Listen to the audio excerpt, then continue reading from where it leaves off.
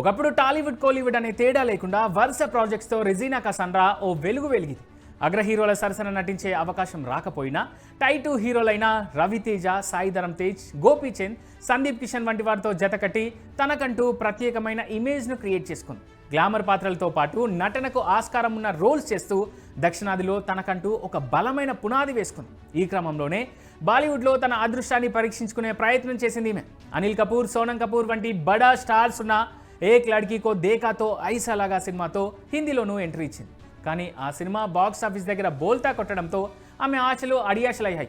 ఆ తర్వాత కొన్ని వెబ్ సిరీస్లు, చిన్న సినిమాల్లో మెరిసిన దక్షిణాదిలో ఆమెకు దక్కినంత గుర్తింపు కానీ స్టార్డమ్ కానీ అక్కడ దక్కలేదు.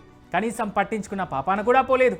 అయితే సినిమాల జయాపజయాలు పక్కన పెడితే ముంబైలో తనకు ఎదురైన అనుభవాలు చాలా చేదుగా ఉన్నాయని రెజీనా ఇటీవల ఓ సందర్భంలో గుర్తు చేసుకుంది. ముఖ్యంగా దక్షిణాది నుంచి వచ్చిన నటీమణుల పట్ల అక్కడి వారి దృక్పథం భిన్నంగా ఉంటుందని ఆమె అభిప్రాయపడింది.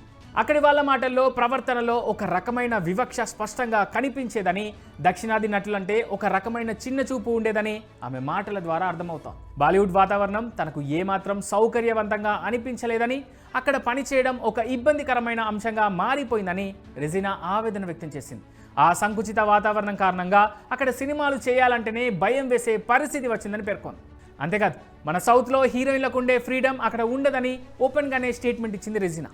అందరికీ ఇలాంటి అనుభవాలే ఎదురవుతాయని చెప్పలేం, కానీ తన విషయంలో మాత్రం బాలీవుడ్ జర్నీ అంత సాఫీగా సాగలేదని ఆమె కుండబద్దలు కొట్టినట్టు చెప్పింది.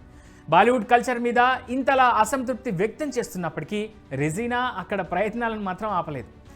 తమ్ముడే పేకాటే అన్నట్లు బాలీవుడ్ ఆఫర్స్ కోసం ఇప్పటికీ ఈమె వేచి చూస్తూనే ఉంది. ప్రస్తుతం ది వైఫ్, సెక్షన్ 108 వంటి హిందీ ప్రాజెక్ట్స్తో రెజీనా కసాండ్రా బిజీగా కూడా ఉంది.